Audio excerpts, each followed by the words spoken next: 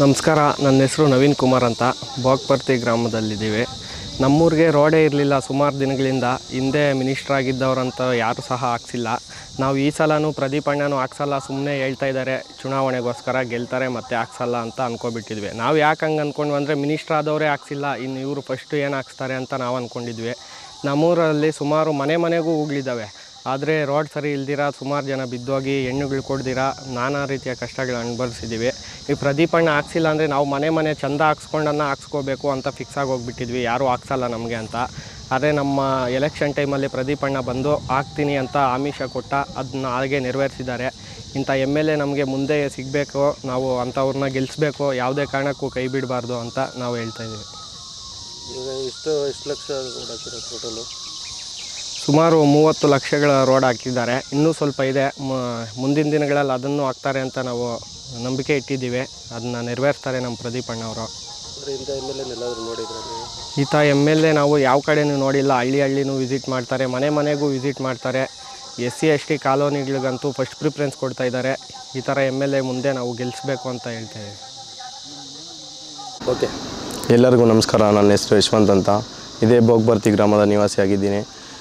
ಈ MLA ಅವರು ನಮಗೆ ಈ ರೋಡು CC ರೋಡ್ ಎಲ್ಲನೂ ಚೆನ್ನಾಗಿ ಹಾಕ್ಕೊಟ್ಟಿದ್ದಾರೆ. ಹಾಗೂ ನಮ್ಮ MLA ಅವ್ರಿಗೆ ಒಂದು ಸರಿ ಥ್ಯಾಂಕ್ಸ್ ಹೇಳೋಕ್ಕೆ ನಾವು ಬಯಸ್ತೀವಿ. ಹಾಗೂ ಇದೇ ಥರ ನಮಗೆ ಎಲ್ಲ ಹಳ್ಳಿಗೂ ವಿಸಿಟ್ ಮಾಡಿ ನಮ್ಮ ರಸ್ತೆಗಳೆಲ್ಲ ನೋಡಿಬಿಟ್ಟು, ನಮ್ಮ ರಸ್ತೆಯಲ್ಲಿ ಬರೋದಕ್ಕೆ ಆಗ್ತಾನೇ ಇರಲಿಲ್ಲ. ಯಾವ MLA ಆಗಲಿ ಯಾವ ಮಿನಿಸ್ಟ್ರಿ ಆಗಲಿ ಅದೇ ರೋಡಲ್ಲೇ ಮೈನ್ ರೋಡಲ್ಲೇ ಹೋಗ್ತಾಯಿದ್ರು. ಈ ಹಳ್ಳಿ ವಿಸಿಟ್ ಕೊಡಬೇಕು ಅಂದರೆ ಎಲ್ಲನೂ ಭಯ ಬೀಳ್ತಾಯಿದ್ರು. ಯಾಕಂದರೆ ಈ ದಾರಿಯಲ್ಲಿ ನಮ್ಮ ಕಾರುಗಳು ಬರೋದಕ್ಕಾಗಲ್ಲ ಅಂದ್ಬಿಟ್ಟು ಎಲ್ಲರೂ ಭಯ ಬಿದ್ದು ಅದೇ ರೋಡಲ್ಲೇ ಹೋಗ್ತಾಯಿದ್ರು. ಯಾವುದಿದು ಮೈನ್ ರೋಡಲ್ಲಿ ಹೋಗ್ತಾಯಿದ್ರು. ನಮಗೆ MLA ಅವರು ನಮ್ಮ ಊರಿಗೆ ಬಂದು ನಮ್ಮ ಕಷ್ಟಗಳೆಲ್ಲನೂ ವಿಚಾರಿಸಿ ಈ ರೋಡು ನೋಡಿ ಎಲ್ಲನೂ CC ರೋಡು ಚೆನ್ನಾಗಿ ನಿರ್ಮಾಣ ಮಾಡಿದ್ದಾರೆ. ಇದೇ ರೀತಿ ನಮ್ಮ MLA ಅವರು ಮಿನಿಸ್ಟ್ರ್ ಆಗಬೇಕು ಅಂತ ಎಲ್ಲರೂ ಕೋರ್ಕೊತಾ ಇದ್ದೀವಿ.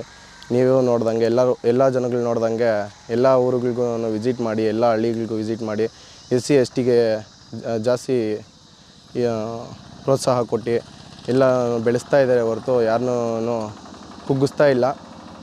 ನೀವು ನೋಡ್ದಂಗೆ ನಮ್ಮ ಬೋಗ್ಬರ್ತಿ ಗ್ರಾಮದಲ್ಲಿ ಒಳ್ಳೆಯ ರಸ್ತೆಯನ್ನು ನಿರ್ಮಾಣ ಮಾಡಿದ್ದಾರೆ. ಹಾಗೂ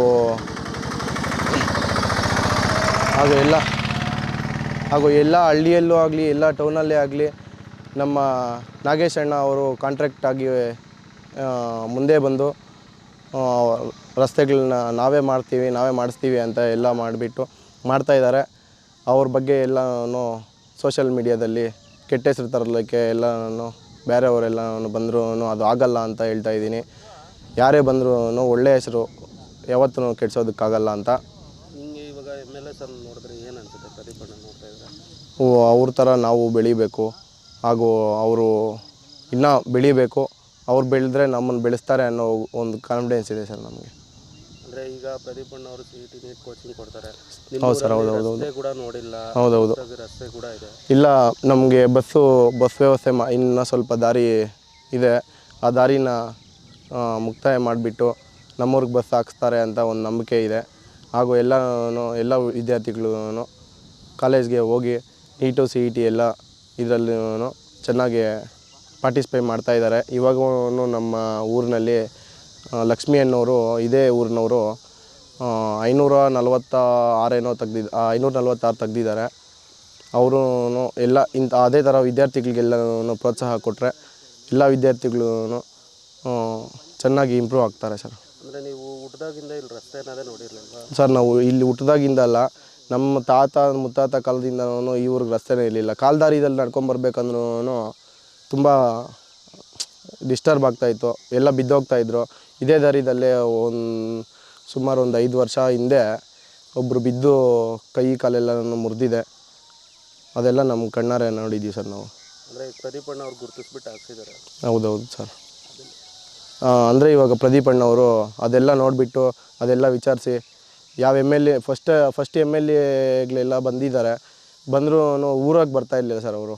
ಆದರೆ ಅವರು ಏನು ಭಯ ಬೀಳ್ತಾಯಿದ್ರು ಅಂದರೆ ಎಲ್ಲಿ ಬಿದ್ದೋಗ್ತೀವೋ ಅಂತ ಹೊರಟೋಗ್ತಾಯಿದ್ರು ಸರ್. ನಮಗೆ ಕಾಲ್ನಡಿಗೆಯಲ್ಲಿ ಬಂದು ನಮ್ಮೂರು ರೋಡ್ ನೋಡಿಬಿಟ್ಟು ನಮ್ಮ ಪ್ರದೀಪ್ ಅಣ್ಣವರು ಈ ದಾರಿನ ನಮಗೆ ಚೆನ್ನಾಗಿ ನಿರ್ಮಾಣ ಮಾಡಿಕೊಟ್ಟಿದ್ದಾರೆ ಸರ್.